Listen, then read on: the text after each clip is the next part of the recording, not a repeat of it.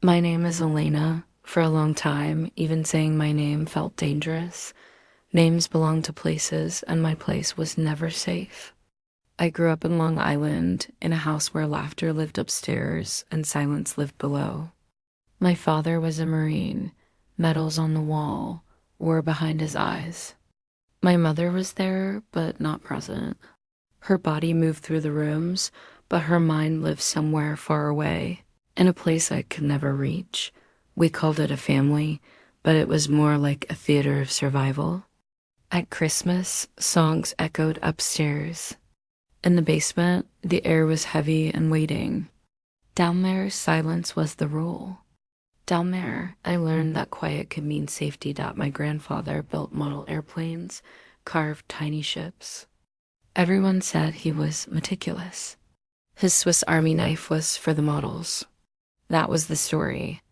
He carried respect in public and a secret in his pocket. When you're a child, you believe what adults say. It's how you stay alive. The cuts on my feet, the scars in my mouth, they all had accidents as their explanations. I memorized every lie until they became my own. The abuse began when I was 3 and ended when he died. But really, it never ended. It just changed shape. I grew up carrying pieces of him inside me, pieces that whispered I was the one to blame. By the time I was a teenager, I had no sense of self. I learned to feel through pain. I cut myself not to die, but to remember that I still existed. They call it self-harm. I called it control. When I bled, it was mine. Years later, I became a stunt woman. People called me fearless. I just didn't care if I got hurt. Falling off buildings, being hit by cars, set on fire, that pain made sense. On set, I was powerful. Offset, I was still that child trapped in the basement. My body never felt like mine, but in every crash, I could feel something real. It took decades to walk away from my family. The day I stopped speaking to my mother, the world grew quieter. She'd lived her whole life detached, a woman who once walked in on her father abusing me and said nothing. I waited for her to fight for me. She never did. One day, she dropped boxes at my door, my childhood in cardboard. Photos, baby teeth, letters. The first one I opened began, "Dear Mom, I'm sorry I'm such a bad child." I was 7. That's when I realized forgiveness had to begin with the little girl I once was. Motherhood changed everything. When I held my daughter for the first time, the world split in two, the darkness I came from and the light reflected in her eyes. Breastfeeding brought flashbacks I didn't expect. My body remembered what my mind had buried. I whispered to the past, "You don't get to take this from me too." That rage became fuel for healing.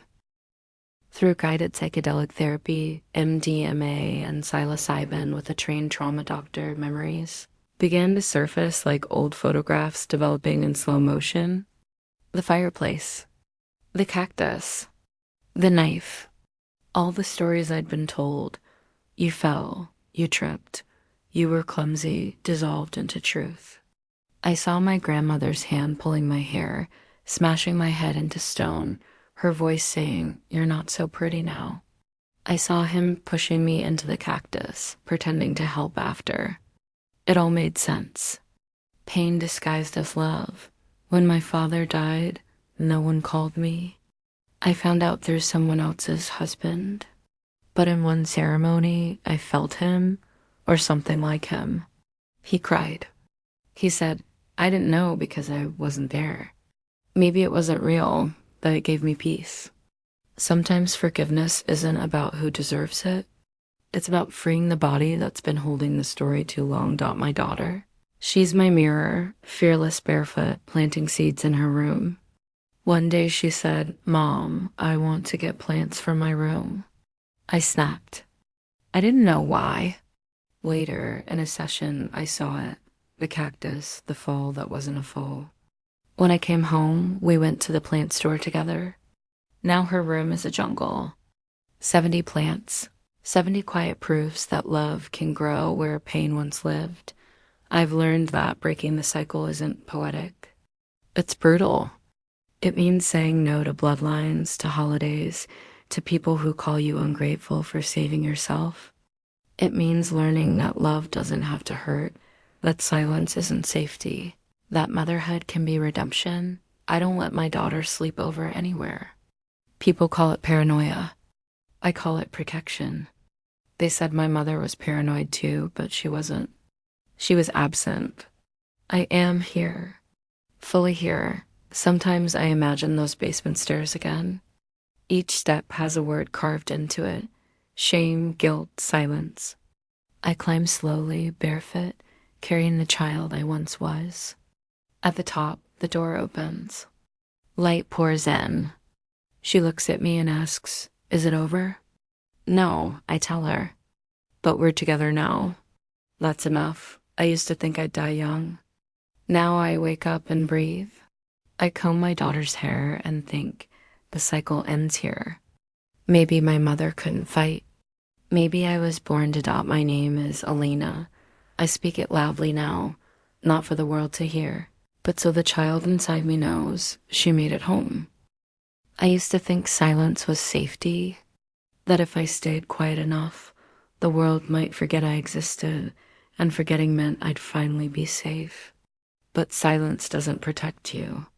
It buries you. I grew up in a small town in Ohio, in a house that smelled of bleach and overcooked dinners.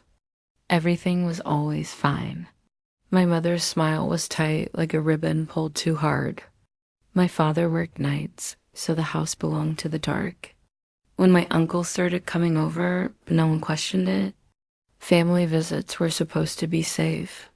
But nothing that happens in the dark ever really disappears. I was 7 the first time he came into my room.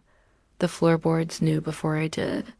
They creaked once, then held their breath. After that, I stopped sleeping. I stopped talking. I stopped being a child. My mother noticed the bedwetting, the night terrors. She said I was too sensitive. She told me to pray. I did. I prayed to disappear. No one tells you that trauma has a smell. Old wood, damp air, a whisper of sweat and fear. It stains everything, even years later. When I turned 12, I started running. Literally running. Track practice became my escape route. I ran until my lungs ached and my legs shook. Coaches said I had potential. I didn't have potential. I had panic. Every finish line was just another way to outrun the house I came from. By my 20s, I moved to Los Angeles, thinking distance would save me. It didn't. The past travels light.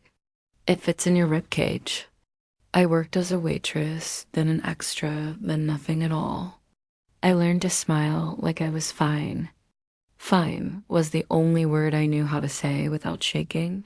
Once, during a photo shoot, the photographer asked me to close my eyes and look soft. I froze. My body remembered something my mind had buried, a hand too rough, too familiar. I went home and vomited until morning. That night, I called my mother. Did you know? The silence on the other end wasn't confusion. It was recognition. Finally, she said, "You think you're the only one?" That was the last conversation we ever had. It took me months to understand what she meant, that she wasn't denying it. She was telling me her story too, without saying the words. It had happened to her, and maybe before her too. The women in our family were raised to keep the family together at any cost. Even if it killed something inside them. The cost stops with me. I tried therapy, yoga, church, wine, men. Nothing fixed the silence inside. Healing came slowly. In the quiet moments when I finally stopped pretending I was healed, I started volunteering at a women's shelter downtown. At first, I thought I was helping others. Then I realized I was seeing myself, different faces, same story. The women there taught me how to breathe without apologizing for it. One of them told me, "You can't rewrite what happened, but you can decide what comes next." That stayed with me. Now I live by the ocean. I run every morning, but not to escape, to arrive. I let the water hit my feet and imagine it carrying the old voices away. Sometimes when the sun is still low, I picture the little girl I once was sitting in the sand, knees pulled to her chest, watching me. She never speaks. She just nods, as if to say, finally, people ask what healing feels like. It doesn't feel like joy. It feels like truth. It feels like being able to breathe in your own skin without asking permission. It feels like knowing you'll never go back, not because you don't miss what could have been, but because what's gone was never safe to begin with. I still lock my door twice every night. I still sleep with a light on, but I no longer call that fear. I call it awareness that I write now. I tell stories even when my voice shakes. Trembling is just the body remembering how to move. I've learned that silence is how abuse survives, not the act itself, but the silence that follows it. So I speak. Not for them. Not for revenge. For her, the girl who kept the secret so I could live long enough to tell it. She was never weak. She was surviving. And now she's free. I don't remember the first time it happened. Only the sound of the door closing, the weight of his steps, the smell of cheap aftershave and cigarette smoke. Memory doesn't play in order, it's fragments like glass. The mind protects itself by shattering what it can't survive whole. He was supposed to be my coach. Baseball, Sundays, the field, the way he'd clap me on the shoulder and say I had potential. I was 10. My mother thought I was safe because he had kids too. That's the lie. Predators hide. Behind the word trust. It started with the car rides home. He'd stop at the empty lot behind the diner, say, "You played great today." Then the compliments got quieter, the air heavier. I learned to stop breathing, to leave my body without leaving the car. When you're a boy, there's no language for that kind of terror. There's just confusion, and then shame, and then silence. You don't say he touched me. You say I quit the team. You say I don't like sports anymore. You say nothing. I stopped sleeping. I stopped looking people in the eye. My father said I was being dramatic. My mother said I was just sensitive. Everyone loves a quiet child. No one wonders why he's quiet. By 17, I was angry all the time. Anger felt safe. It didn't require explanation. I drank. I fought. I chased any situation that might hurt me before someone else could. Pain became a language I was fluent in.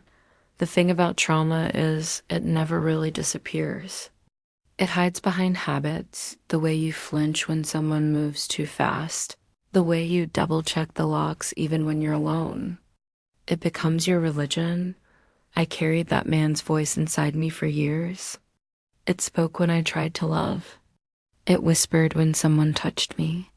It told me I was dirty, broken, complicit. That's the cruelest trick. Abusers make you believe it was your fault for surviving it. In my 20s, I joined the army.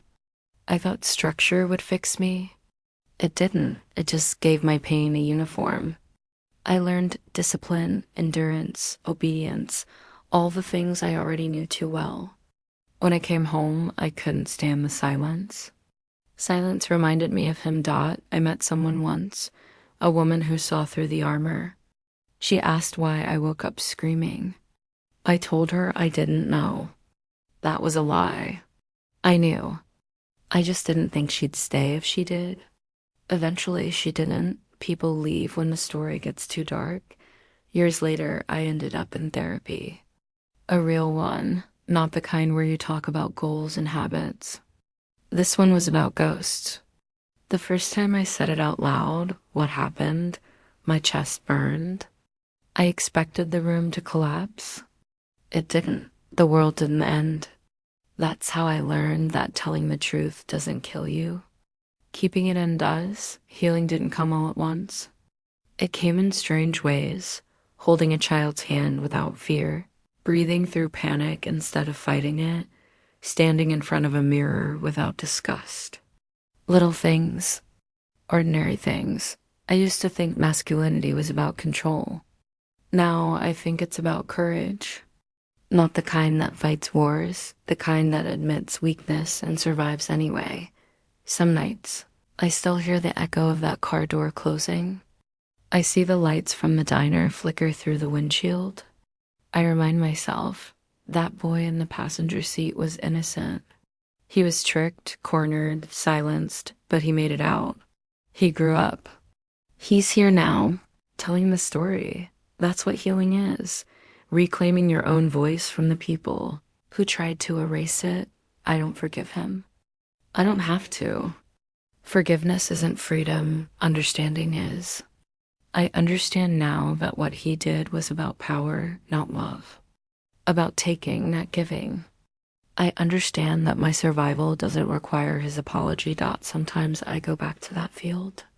It's abandoned now. The fence is rusted, the grass long. I stand at home plate and close my eyes. The air smells like dirt in summer, like it used to. For a moment, I can almost see him, young, naive, waiting for someone to call his name. I want to tell him, you were never weak. You were never to blame. He deserves to hear that, and so do I. When I open my eyes, the field is empty.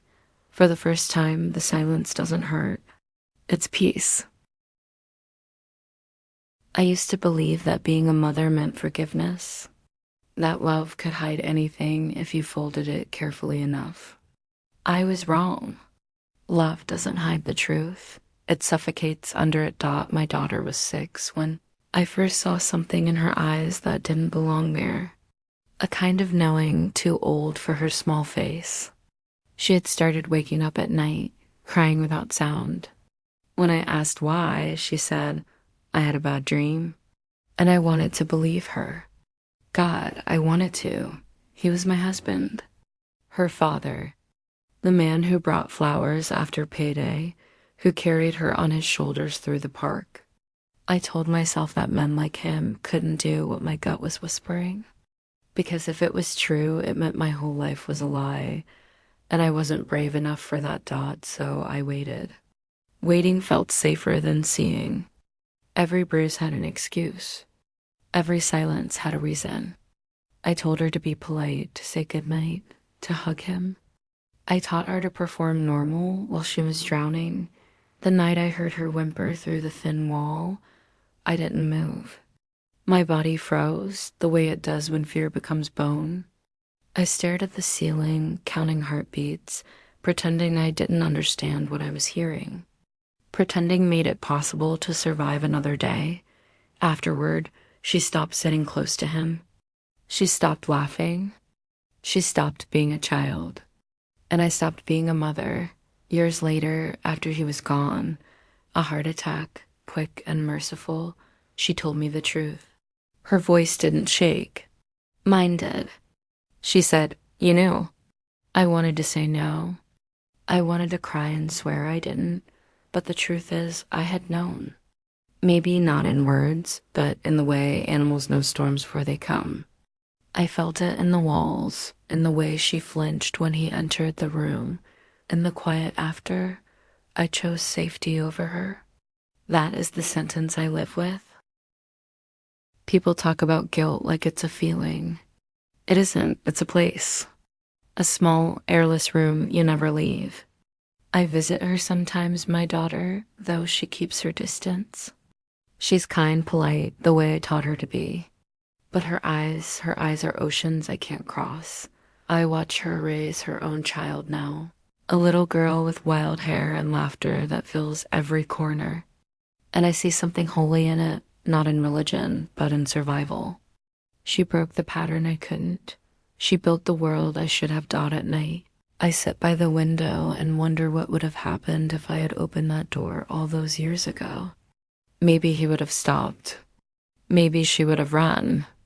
Maybe I would have finally seen myself instead. I folded the truth into silence and called it love. There's a moment, just before sleep, when the mind loosens its grip and the heart speaks. In that space, I see her as she was.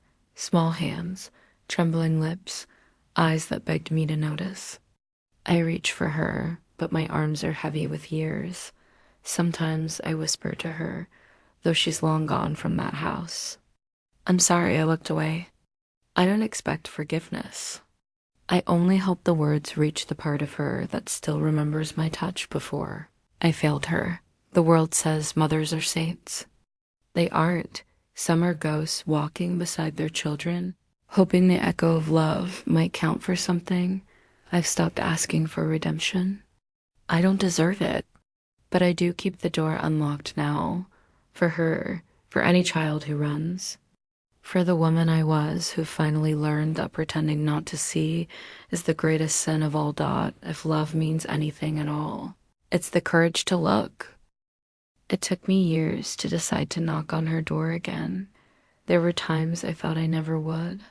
Forgiveness felt like a word meant for people braver or kinder than me. But grief does strange things. It erases the past until you almost believe it never happened, and then one sound, one smell, one child's laugh brings it all back. The day I drove to her house, the radio was silent. I couldn't bear music. Every song felt like someone else's memory, and mine were too loud already. The road was long and straight, the kind that doesn't ask questions. When I reached the old neighborhood, everything was smaller than I remembered. The trees, the street, even the house. Only the silence was still Big. She opened the door like she'd been expecting me. No surprise, no tears.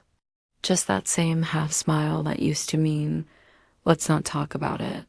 Her hair was gray now, her hands shaking slightly. Behind her, I saw the same hallway, the same wallpaper, faded now, but still holding the shape of our ghosts.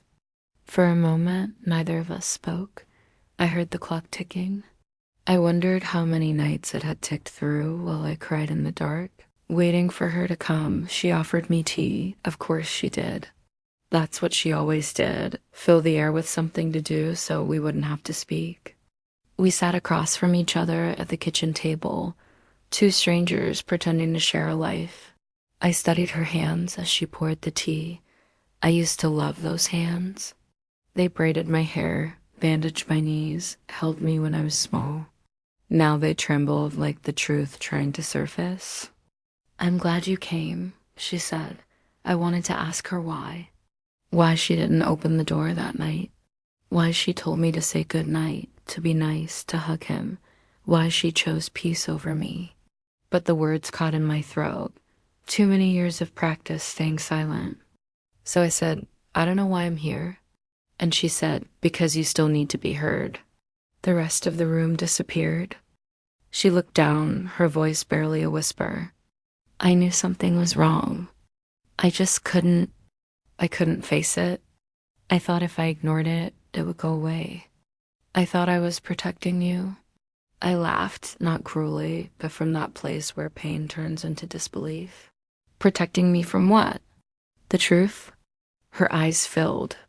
From him, she said. I shook my head. You protected him from me? The words hung between us like smoke. I wanted her to fight back, to scream, to deny it, anything that would make her real again. But she just sat there, small and silent, the way I must have looked all those years ago. That's when I realized she wasn't a monster. She was a coward. And cowards can love you deeply and still destroy you. We stayed like that for a long time. Two women staring into the past through a teacup steam.